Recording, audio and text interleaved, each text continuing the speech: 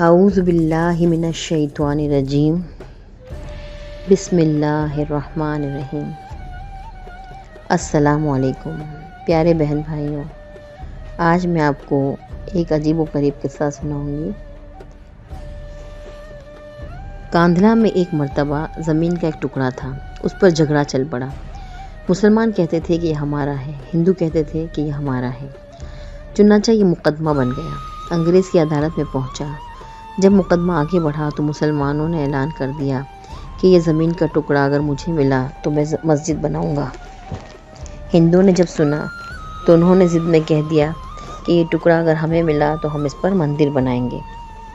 اب بات دو انسانوں کی انفرادی تھی، لیکن اس میں اجتماعی رنگ بن گیا، حتیٰ کہ ادھر مسلمان جمع ہو گئے اور ادھر ہندو اکٹھے ہو گئے، اور مقدمہ ایک خاص نوعیت کا بن گیا۔ اب سارے شہر میں قتل و غارت گری ہو سکتی تھی، خون خرابہ ہو سکتا تھا، تو لوگ بھی بڑے حیران تھے کہ نتیجہ کیا نکلے گا۔ انگریز جج تھا، وہ بھی پریشان تھا کہ اس میں کوئی صلح صفائی کا پہلو نکالے، ایسا نہ ہو کہ یہ آگ اگر جل گئی تو اس کا بجھانا مشکل ہو جائے گا۔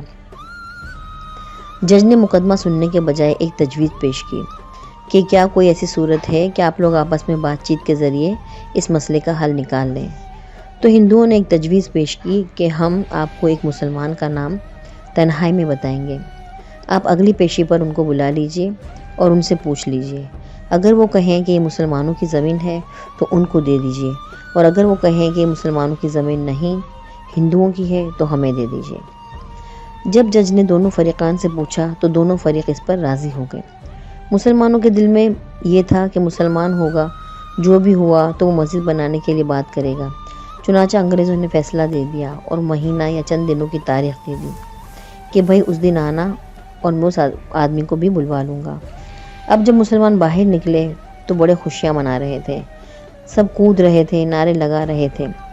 ہندوؤں نے پوچھا اپنے لوگوں سے کہ تم نے کیا کہا؟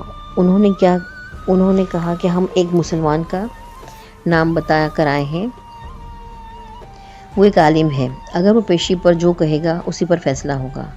اب ہندوؤں کے دل مرجھا گئے اور مسلمان خوشیوں سے پھولے نہیں سماتے تھے، لیکن انتظار میں تھے کہ اگلی پیشی میں کیا ہوتا ہے۔ چنانچہ ہندوؤں نے مفتی الہی بخش کاندھلوی کا نام بتا دیا، جو کہ شاہ عبدالعزیز کے شاگردوں میں سے تھے، اور اللہ نے ان کو سچی زندگی عطا فرمائی تھی۔ مسلمانوں نے دیکھا کہ مفتی صاحب تشریف لائے ہیں تو وہ سوچنے لگے کہ مفتی صاحب تو مسجد کی بات ضرور کریں گے۔ چنانچہ جب انگریز نے پوچھا کہ بتائیے مفتی صاحب، یہ زمین کا ٹکڑا کس کی ملکیت ہے؟ ان کو چونکہ حقیقت حال کا پتہ تھا، انہوں نے جواب دیا کہ زمین کا ٹکڑا تو ہندوؤں کا ہے۔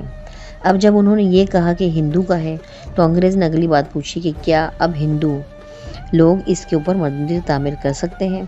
مفتی صاحب نے فرمایا جب ملکیت ان کی ہے تو وہ جو چاہیں کریں، گھر بنائیں یا مندر، یہ ان کا اختیار ہے۔ چنانچہ فیصلہ دے دیا گیا کہ یہ زمین ہندوؤں کی ہے، مگر انگریز نے فیصلے میں ایک عجیب بات لکھی۔ فیصلہ کرنے کے بعد لکھا، آج اس مقدمے میں مسلمان ہار گئے مگر اسلام جیت گیا۔ جب انگریز نے یہ بات کہی تو اس وقت ہندوؤں نے کہا کہ آپ نے تو فیصلہ دے دیا ہے، ہماری بات بھی سن لیجئے۔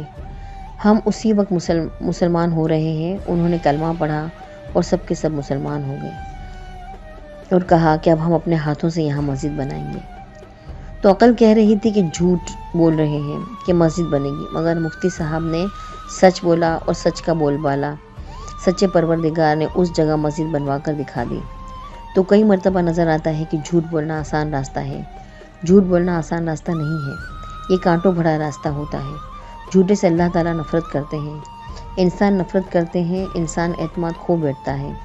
ایک جھوٹ کو بولنے کے لیے کئی جھوٹ بولنے پڑتے ہیں، لہٰذا جھوٹی زندگی گزارنے کے بجائے سچی زندگی کو اختیار کیجیے اور اپنے پروردگار کی مدد حاصل کیجیے۔